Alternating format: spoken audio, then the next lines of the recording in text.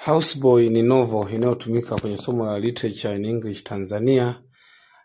Imeandikwa na Ferdinand Oyono kutoka Kameruni. Novel hii imechapishwa mwaka 1956 kabla ya uhuru wa nchi ya Kamerun.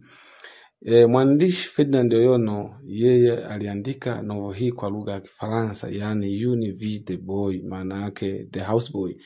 Na novel hii baadaye mwaka 1966 ilikuja kutafsiriwa na John Reed kwenda kwenye lugha ya Kiingereza ili wasomaji wengi barani Afrika pamoja na ulimwengu kwa ujumla waweze kujua kipi ambacho mwandishi Ferdinand Oyono alikuwa anamaanisha kipindi hicho. Ndio maana ukiangalia English language ndo international language duniani kote. Ndio maana ukisema kwamba aishie tu kwa lugha ya Kifaransa, kwamba wasomaji, yani mataifa machache tu ambayo yanajua Kifaransa ndio yataweza kuelewa nini alichokiandika huyu Ferdinand Oyono.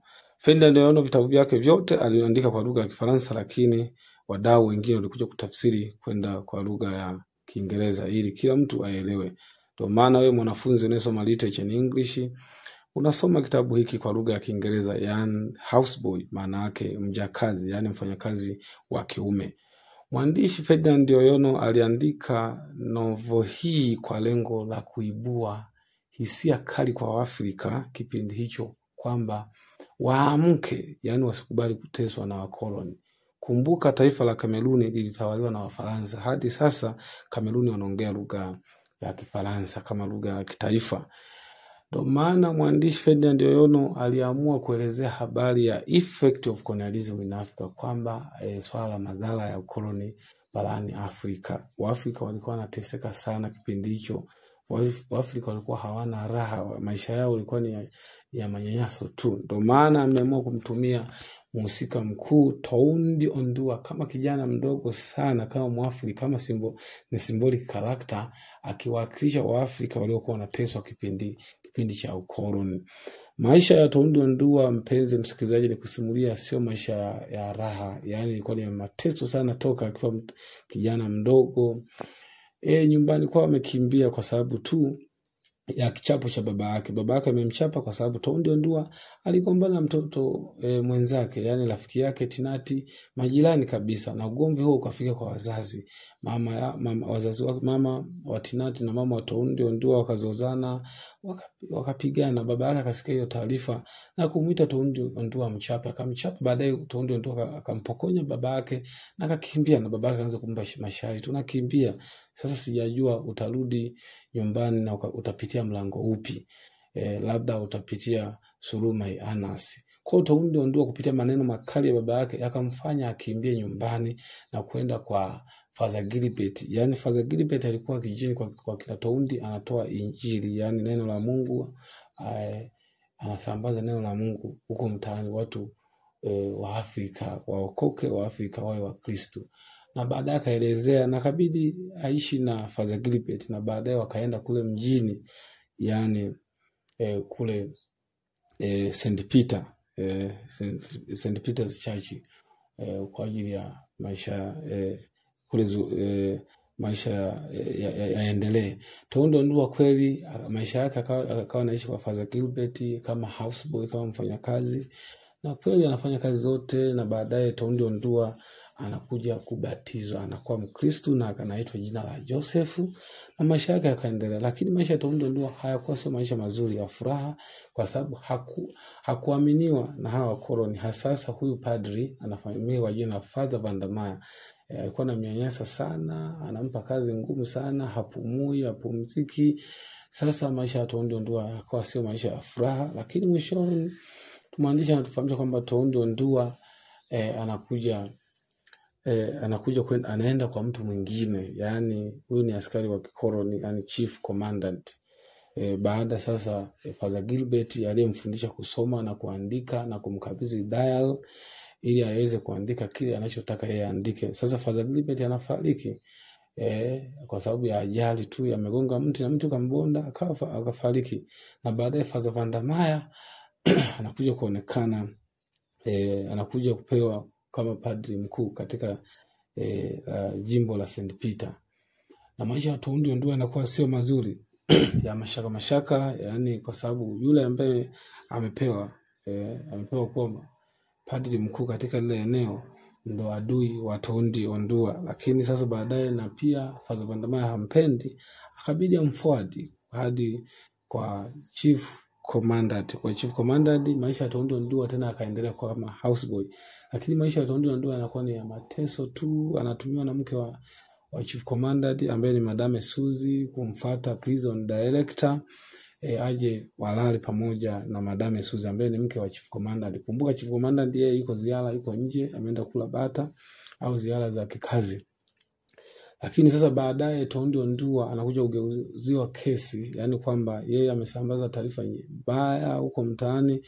Lakini Toundi Ondua anakuja kupitia mateso mengine. Kuna kuja kuibuka msala mwingine kwamba kuna binti wa mhandisi mmoja wa kilimo anafahamika kwa jina agricultural engineer, anakuja kutoa taarifa kwamba Toundi Ondua amemtorosha binti wake wa kazi ambaye ni Sofia, yani Sofia, na ametoroka na kila kitu ya ofisi. Toundi Ondua anakuja kukamatwa na kupelekwa maabusu, anapigwa, anateswa sana. Maaskari wanaenda mpaka nyumbani kwa kina Toundi kusachi, kuangalia kila kitu. Toundi Ondua akawa anaogelea kichapo mpaka mbavu zake za mkono wa kushoto zinavunjwa. Kwa matumaini Toundi Ondua akawa analia sana. Kuna baadhi ya watu wanaenda kumsalimia na kumwangalia, hata maadui zake prison director wanamwangalia na kushangilia kwamba yale maumivu anayopitia aendelee kuteseka hivyo hivyo. Lakini mwishowe tunaona kwamba Toundi Ondua anakuja kutoroka nje, yani anaenda Spanish Guinea kusave maisha yake. Lakini Toundi Ondua anakuja kuonekana pembezoni mwa bahari kabisa, ameshakufa, ana begi yake, kila kitu. Kuna hawa watafiti wazungu hawa kina Anthony pamoja na mke wake Antonie wanakuja kukagua kwenye begi lake na kukuta madaftari mawili, yani diary mbili alizokuwa ameandika juu ya maisha yake. Exercise, yani part 1 ni exercise ambapo daftari la kwanza linaelezea maisha ya Toundi Ondua aliyoandika akiwa nyumbani kwa wazazi wake, paka na kisa kilichomfanya yeye Toundi Ondua amekimbia nyumbani kwake, paka jamii yake inakuja kumlaumu baada ya wazazi wake na Toundi Ondua wanakufa. Wanasema kwamba yeye amekuja kuonekana sababu ya kifo cha baba yake. Hata baba yake alienda huko mjini kumbembeleza arudi nyumbani kwao, lakini Toundi Ondua alikataa kurudi nyumbani kuishi na baba yake. Lakini mama yake alikuwa anampenda sana. Mama yake, ndio maana hata baba yake kipindi anapata chakula cha usiku, amemaliza chakula anasema kwamba ongezewe chakula kingine, anasema chakula kilichobaki ni cha Toundi Ondua akiwa nje amejibanza anasikiza wale maongezi, lakini baba yake anajibu kwa ubaya, kwa mtoto gani yule mjinga. Lakini ndio maana Toundi Ondua akaondoka na kwenda kuishi kwa Father Gilbert kule St. Peter. Maisha ya Toundi Ondua kaelezea hivyo hivyo kwenye daftari lake kwamba amepitia changamoto nyingi sana za maisha akiwa huko St. Peter, ananyanyaswa, pia amebatizwa huko na kuitwa Josefu. Kila siku saa 11 asubuhi anaamka anaenda kanisani kusali mpaka magoti yake yanakomaa. Pia akaelezea madhaifu kwamba hawa wazungu, baadhi ya wazungu wengine kina Father Bandamaya hawajatahiriwa. Wao wanasisitiza kwamba watahiriwa, kwamba kunaona kwamba kuna hypocrisy ndani yao ambao wao wanakuwa wako against. Toundi Ondua ameelezea mambo mengi juu ya kwenye diary yake, na baadaye akaenda kuishi kwa chief commandant. Maisha yake pia ni ya mateso tu, ameteseka huko, ametumiwa na Madame Suzy kumfuata prison director.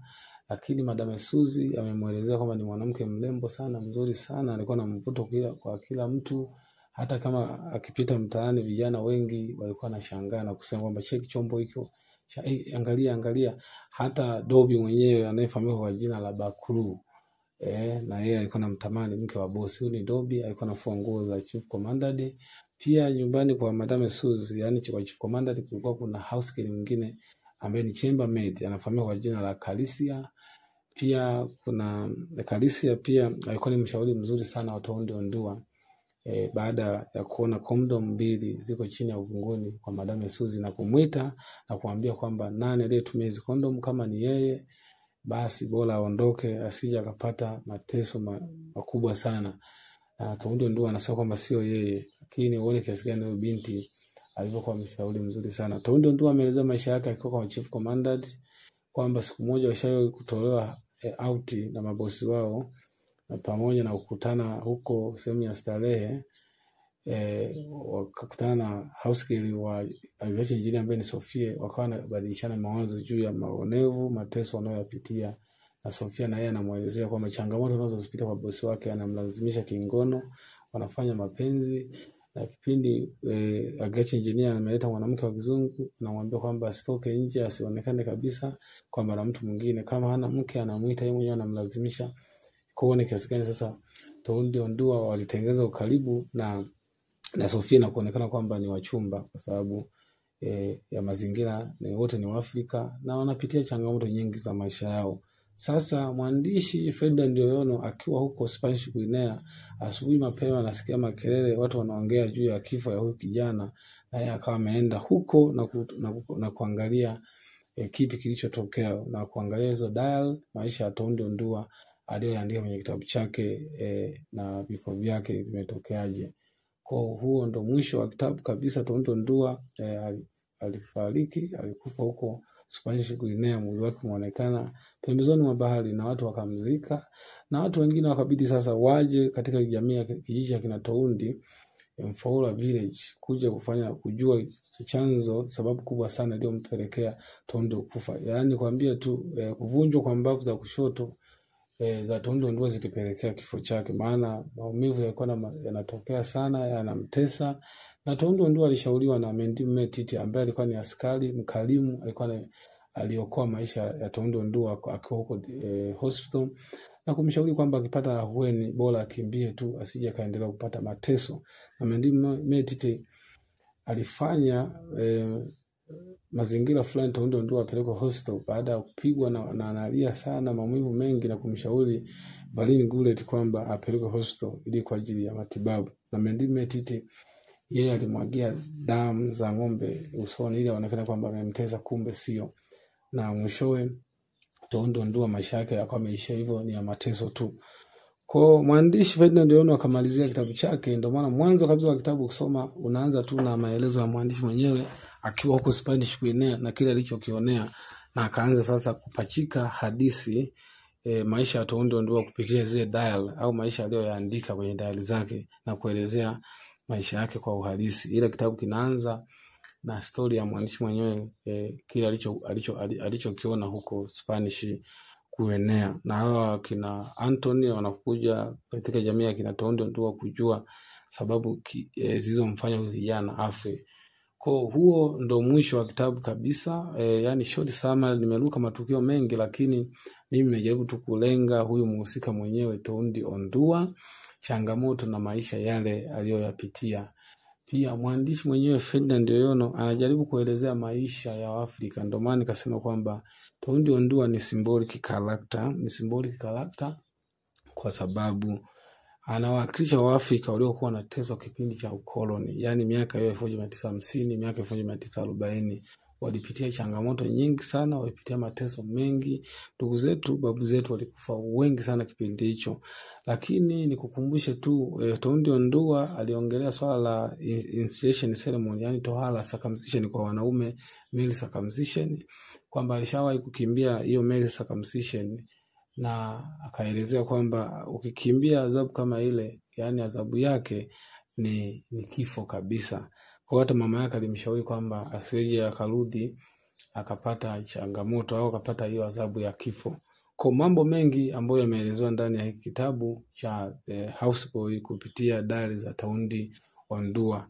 Nafikiri umeshapata mwanga na sababu gani iliyomfanya mwandishi huyu Ferdinand Oyono aandike kitabu chake cha Houseboy, ni kugusa maisha ya Afrika. Naomba niishie hapa. Mimi ndo teacher Kaligo Doto Njike, the man of literature, mkongwe wa uchambuzi kupitia mtandao wa YouTube toka mwaka 2021 hadi huu mwaka 2025. Ni takriban miaka 4 sasa naendelea na uchambuzi huu. Asante sana kwa kunisikiliza. Kama una maswali, andika chini ya hii video, nitakujibu vizuri tu. Asante sana.